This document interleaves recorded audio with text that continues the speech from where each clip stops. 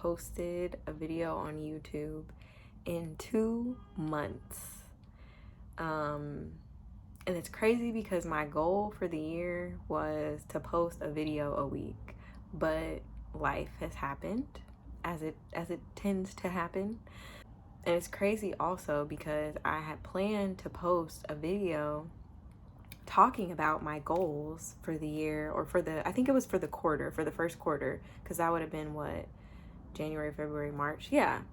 That was the next video idea that I had. I was going to post, just like some transparency as far as the goals that I set for the year, where I was as far as marking them, where I needed to get a little better, and where I wanted, people to hold me accountable. But again, life has happened. I'm gonna get to that at the end of the video though, but I'm happy to be back. I'm happy to say that I'm back and I'm better, because that's important. It's important because we don't just want to focus on like checking things off of our list or hitting goals. We gotta actually do things to be better, like as a person, physically, spiritually, mentally, emotionally, socially, like. But I'm gonna get back to that.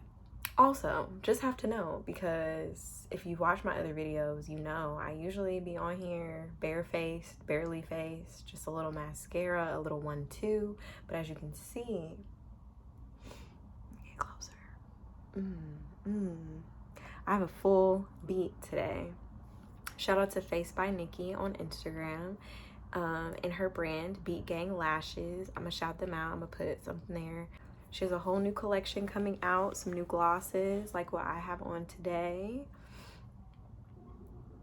And I love that she asked me, I have to just throw this in there. She asked me if I wanted to cover my beauty marks, my moles, or if I wanted to accentuate them. And no makeup artist has ever asked me that before. I have to say, like, typically they just do what they do, whether that's covering them up or just like not really doing anything. But I asked her to accentuate them. Like, I've never had anyone do that before. And I mean, I've been thinking about getting this mole removed. I don't know what y'all think. But even this little baby over here, like, I love that. I love that. So one more time for the face. And she touched up my hair too, also. Okay. So she does it all. I figure since I haven't been on here in 2 months, I'll give a market update of the last 2 months. So for starters, April is actually the slowest selling month in Los Angeles in 35 years. Crazy. I believe that a big part of that has to do with the ULA, which is also referred to as the mansion tax, which impacted homes that were priced at $5 million or more. So that's luxury tax, mansion tax, whatever you want to call it. And because of that, when it was on its way to happening, here we hear this, in March, 109 homes that were priced over $5 million were sold in Los Angeles, just the city of Los Angeles. 109 in March. Mind you, that number is usually about 50.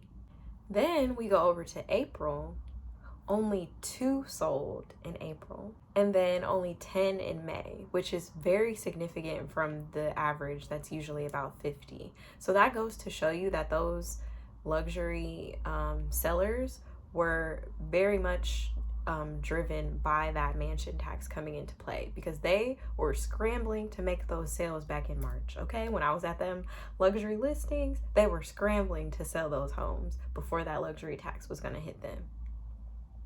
Also, the median price of homes in Los Angeles in March was $870,000.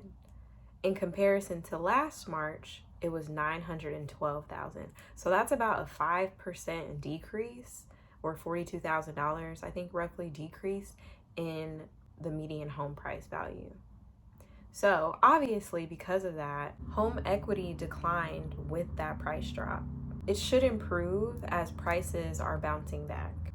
Foreclosure activity has slightly increased, so there might be some more homes on the market, but that's still not going to have a significant change on pricing right now because there's low inventory. So low inventory is going to keep prices going up or just like kind of at a steady place. It's just going to keep serious buyers in the game. Simple economy, you know, prices are up, inventory's low. So the buyers that are in the market are going to put in offers and snag those homes when they're coming on the market. The Federal Reserve held off on a rate hike. So that means the interest rates aren't going to change too much, but we should still keep an eye out as there may be increases later in the year. All this to say, as I always like to tell people, if you're ready to buy, it's always going to be a great time to buy. If you're not ready to buy, it's always going to be a terrible time to buy. What matters most is what you can afford for your monthly payment. The monthly payment is what matters most when you're making these decisions. So regardless of where the prices are, regardless of where the interest rates are, it's always going to come down to what is the monthly payment that you can make. So if that doesn't make sense to you, or you're curious to find out more about what you can afford or what you should plan for, head to my website, Tillman Realty West, and set up a consultation and we can get to talking about it, okay? Regardless of what's going on in the market, if you're a smart buyer or a smart seller, you're going to be a smart buyer or a smart seller. And real estate is a long game thing. It's not about looking at, oh my God, interest rates are up. Oh my God, prices are up. Oh my God, the market's going to crash because there's inflation. A lot of people who are telling you these things are still in the game themselves. A lot of these people who are, you know, pushing you with fear tactics are the main ones out here buying investment properties all across the nation. I promise you. The same people that are advising you not to get into the game are the same ones that have not left the game and are going to continue to be in the game regardless of what the market is doing. So if you're really serious about taking that next step, becoming an investor in town, out of town, wherever, it's always going to come down to what you can afford and what your goals are and what makes sense for you. So even with what I'm saying, if you're not ready, don't do it. If you think you might be ready, maybe you might want to do it. If you know you're ready, you should absolutely do it. Okay? All right. Now we can talk about me. We can touch on what I was saying in the beginning. Where have I been the last 2 months? I don't even know where to begin with it. First of all, just know life be lifing, as we all know. And, you know, she's got some hands and she was whooping my ass real bad. Honestly, I think what it comes down to is this month of June 2023 is actually the 6th year that I've lived in LA. And to me, that's a big deal because I really like the number 6. I'm not going to get too much into that, but it's also been a lot of full circle moments happening and a lot of like recognizing a lot of what worked for me 6 years ago, 5 years ago, 4 years ago, 3 years ago is not going to work for me today. And so, how do I put this? I think I just got overwhelmed. I think in 6 years' time, I can think of something each year that was tragic or life-altering or dramatic, like, or detrimental. Like, something crazy happened almost every year, whether it was, you know, the loss of a job or the loss of a loved one or a crazy breakup, something dramatic happened, like just something. I had a racist encounter at a job a few years ago that I thought that wasn't impacting me, but it still is. Like, all of these different things that have happened that we think like, okay, I worked past that, you know, I'm in a new season now. But if you've never taken time to like take a break and reset and recharge from all of those different things that happen, you're going to, the way that my therapist described it is like a resiliency bucket. Like, our resiliency, it's like a bucket. And, you know, when we have self-care, when we are around family and friends, when we have a vacation, when we go to the spa, when we just take a nap, we, you know, eat 3 meals a day, like those basic things are what keeps our resiliency basket full. But when over the course of time, this traumatic event happens, this loss happens, this unexpected thing happens, your resiliency gets lower. And I basically got to a point where my resiliency was very low. I experienced the worst depression of my life. I've had periods of depression, but I've never experienced a depression where I felt like, regardless of what happens right now, if I got somebody handed me $1 million, like regardless of what happened right now, the way that I feel would not change. And when I came to that revelation, I knew there was something I needed to do. I needed to make a change. So at that point, I started to be more transparent with people around me about how I was feeling and what was going on, which led to me, talking to people in the mental health space who could like give me some guidance. And what was suggested to me was, you need to take a break. You need to leave LA for a little while. You need to get back into therapy. You need to, eat better. You need to exercise more. You need to, a whole list of things like, wow. Like I'd be thinking I'm taking care of myself, but I'm really just going through the motions and not really like being super intentional about it, or again, just like not recognizing the way that things might have impacted me. So essentially things just like, it was like this occurrence after this occurrence after this occurrence after this occurrence. And a lot of things just started to happen in my life that were out of my control. And it was just, I basically hit a wall. I hit a breaking point. I hit a point where like, I literally told God, like, I don't have nothing left in me to give. Like, I don't have anything. Like, I cannot take, I think I might have even tweeted it before. Like, I can't handle one more obstacle. I can't handle one more inconvenience. I'm literally at the edge. Like, literally do not push me because I'm already at the edge and my foot's hanging off. Like, that's where I was at. So in that, again, I, leaned on my support system and decided to take a break. I decided to take some time to go home and be with my mom and be with my goddaughter and be with other family members that mean a lot to me that I haven't seen in a while, and refill that resiliency bucket. So I took some time off. Thankfully, someone that I was working with, like I closed her right, like literally days before I was leaving town. And anybody else that I had kind of like upcoming, I just gave a heads up like, hey, I'm gonna be gone until this date. After this date, I got you. I let my broker know.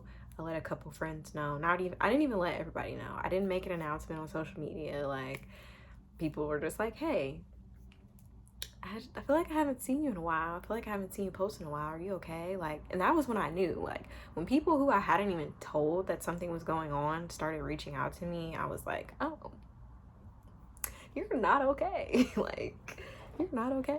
This is not normal. But I have to say that was probably, so I always like to say going to Howard was like the best decision of my life.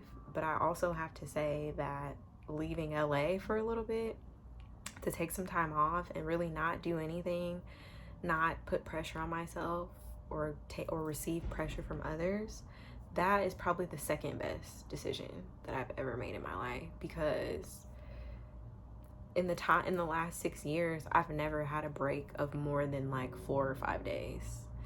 I've never, and even in those breaks of 4 or 5 days, I've still had work to do. There's still been an email I needed to send, or, something that was upcoming. My mind was always fixated on, okay, finish this project, now on to the next. This job's contract is over, on to the next. This deal closed, on to the next. It's never a moment of like, so I think that was literally like a rewiring of my brain in some way. And I have to say, like, when I first came back to LA, the first few days back were very rough, I have to say. But again, it was just like life things that were out of my control were happening and were just like extremely overwhelming in a way that they typically wouldn't be. But again, I've been doing a lot of different things to combat that, and that's been going to events like The Other Side that was hosted by Asada Jones and Naomi, just really being intentional about my healing, and going to things like that. You know, a lovely morning that my friend Abani had through her brand Sunday Forever, you know, participating in walk goods events and programming. I went to church. I haven't been to church in so long. Now, don't get me wrong, I stream, but I have not physically been in the Lord's house. I'm not even gonna say how long.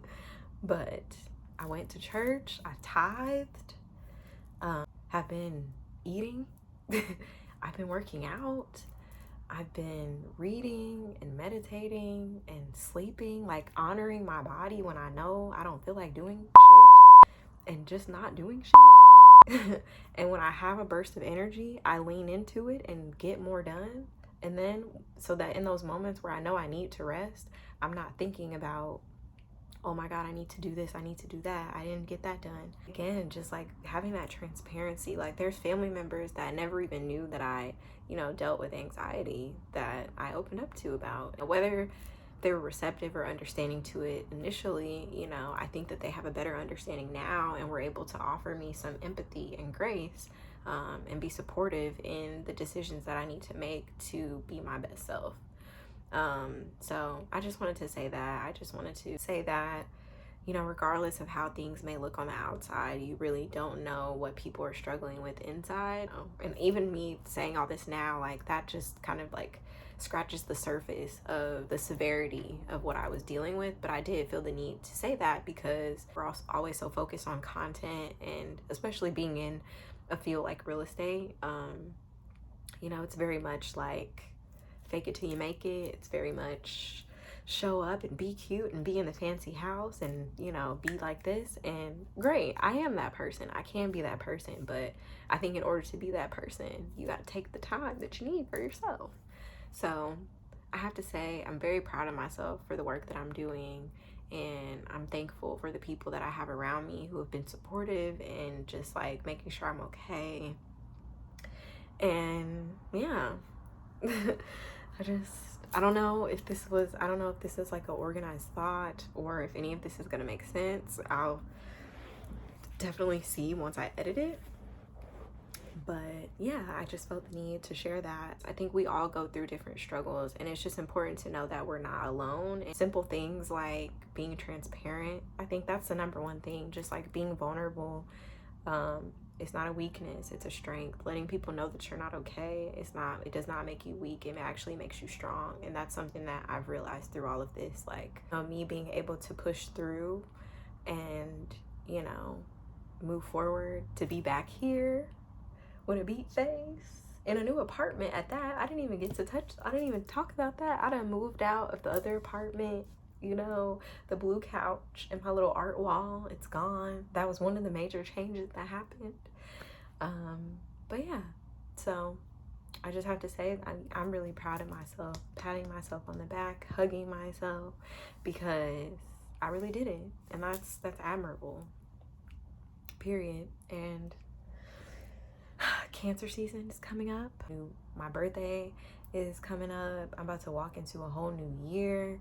And yeah, I'm just really proud of myself and the decisions that I made, because I do not look like what I was looking like. And I don't mean in a physical sense. I mean like in here, in my heart, in my spirit, in my stomach, in my all the chakras, you know, all that stuff. With the Holy Spirit, with all the things, with the universe, everything. I'm just in such a better place. I'm so much healthier than I was, physically, mentally, emotionally, spiritually, everything. I'm in a much better space, and I'm so like, yeah. And I have to, again, I named all those other little steps that I did as far as eating right, working out, going back to therapy, things like that. But the first step was to let other people know. So yeah, please don't suffer in silence. And if things are becoming too overwhelming, know that they can wait. Know that what's meant for you is still going to be yours. That's what I'm reminding myself, because I felt like, oh, I might have missed out on a deal. And I think I might have missed out on a deal. There was somebody that I didn't get back to in time because I was on a break, and they might be working with another realtor. But you know what? That's okay, because that just means that it wasn't our time to work together. I'm a firm believer in, you know, what's meant for me is still going to be mine. Like, and I think I'm gonna be even closer to all of what's mine because of the fact that I took that break. Because I kid you not, if I had not taken that break, I don't know that I would be sitting here right now. Like, if I'm being completely honest and transparent, I don't know that I would be here right now. But I'm here. All right, so that's that on that. This is a really long video, it feels like, but next video coming out is gonna be more of a vlog vibe. Another caravan in Black Beverly Hills, which is a little controversial name.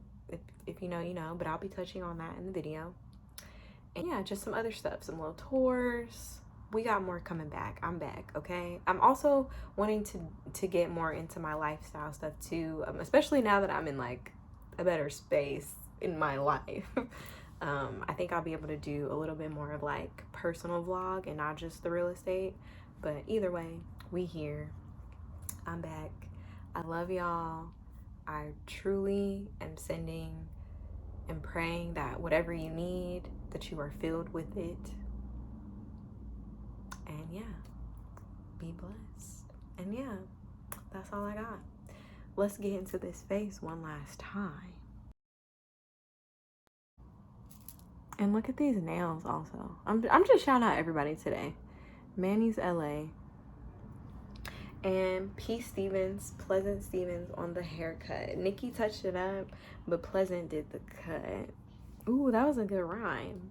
Nikki touched it up, but Pleasant did the cut. Period. Period.